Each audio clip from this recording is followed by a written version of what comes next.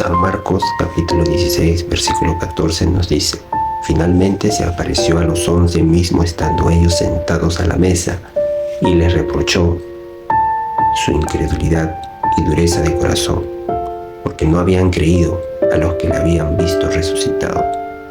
Jesús se aparece a los 11. Ya no es solo el testimonio de María ni de los 2 discípulos. Ahora Cristo mismo se presenta ante ellos.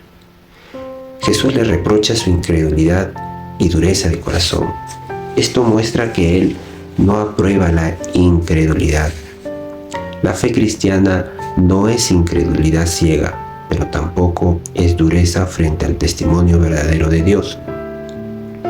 Con todo, Jesús no los desecha, los corrige para luego enviarlos. Esto es gracia. El Señor restaura a los discípulos débiles y los convierte en testigos. El versículo 15 nos dice: y les dijo: id por todo el mundo y predicad el Evangelio a toda criatura. Aquí está la comisión misionera. Jesús no les dice que guarden el mensaje en Jerusalén, sino que vayan por todo el mundo. El Evangelio no es para una sola nación, sino para toda criatura. Predicar el Evangelio significa anunciar la buena noticia, que Cristo murió por nuestros pecados, fue sepultado y resucitó. El centro del Evangelio no somos nosotros, es Cristo. El versículo 16 nos dice: el que creyere y fuere bautizado será salvo, mas el que no creyere será condenado. Este pasaje debe explicarse bien. La salvación no es solo por la fe en Cristo. El bautismo acompaña a la fe como obediencia pública, pero no reemplaza la fe ni salva por sí solo. Observamos bien que la segunda parte dice: el que no creyere será condenado.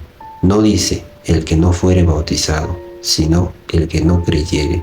La condenación viene por rechazar a Cristo. El bautismo es importante y mandado por el Señor, pero debe ser fruto de una fe verdadera. No nos olvidemos lo que dice Efesios del versículo 8, Efesios 2 del 8 al 9.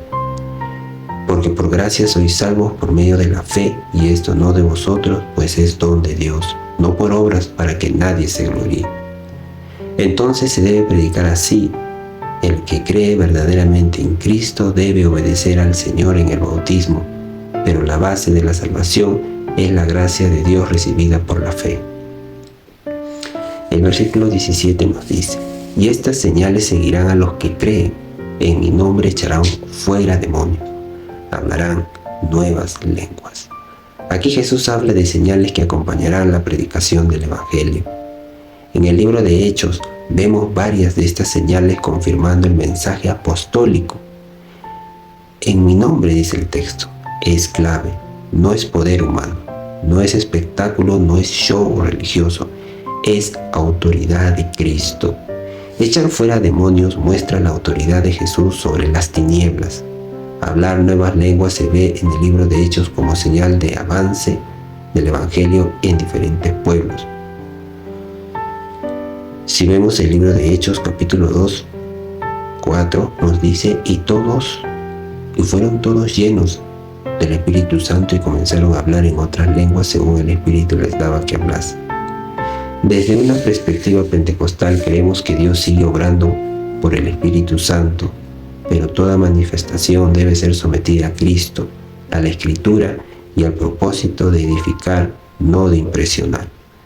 El versículo 18 nos dice: tomarán en las manos serpientes, y si bebiere cosa mortífera no les hará daño. Sobre los enfermos podrán sus manos y sanarán. Este versículo debe manejarse con mucho cuidado. No es una orden para tentar a Dios, agarrando serpientes o bebiendo veneno. Es una promesa de protección divina en el cumplimiento de la misión, cuando Dios así lo permite. Por ejemplo, nosotros vemos en el libro de Hechos capítulo 28, Pablo fue mordido por una víbora y no murió. El texto lo dice así: entonces, habiendo recogido Pablo algunas ramas secas, las echó al fuego, y una víbora, huyendo del calor, se le prendió en la mano. Cuando los naturales vieron la víbora colgando de su mano, se decían unos a otros: ciertamente este hombre es homicida, a quien, escapando del mal, la justicia no lo deja vivir. Pero él, sacudiendo la víbora en el fuego, ningún daño padeció. También se menciona la imposición de manos sobre enfermos. Creemos que Dios, querido amigo, sana y debemos orar por los enfermos, pero no manipulemos a Dios ni convertimos las señales en espectáculo. La sanidad depende de la voluntad soberana de Dios. Y sería bueno mencionar lo que dice Santiago capítulo 5 del 14 al 15. ¿Está alguno enfermo entre vosotros? Llame a los ancianos de la iglesia y oren por él, ungiéndole con aceite en el nombre del Señor, y la oración de fe salvará al enfermo, y el Señor lo levantará. Si hubiere cometido pecados, le serán perdonados. ¡Qué maravilloso! El versículo 19 nos dice: y el Señor, después que les habló, fue recibido arriba en el cielo y se sentó a la diestra de Dios. Jesús asciende al cielo y se sienta a la diestra de Dios. Esto significa autoridad, victoria y exaltación. El mismo Jesús que fue humillado en la cruz ahora es exaltado como el Señor. Se sentó también muestra que su obra redentora fue completa. Él no sigue haciendo, mejor dicho, sacrificios. Su sacrificio fue una vez y para siempre, y fue perfecto. Y esto lo podemos ver en Hebreos 10:12. Pero Cristo, habiendo ofrecido una vez para siempre un solo sacrificio por los pecados, se ha sentado a la diestra de Dios. Cristo reina, no está muerto, no está derrotado, está vivo, exaltado y con autoridad. Y ellos salieron, predicaron en todas partes, nos dice el versículo 20, ayudándoles el Señor y confirmando la palabra con las señales que le seguían. Amén. Los discípulos obedecieron, salieron y predicaron. El Señor los ayudaba. Esto es importante. La misión no depende solo de fuerza humana. Cristo acompaña y respalda la predicación de su palabra. ¡Qué maravilloso! Las señales confirmaban la palabra. Las señales no eran el centro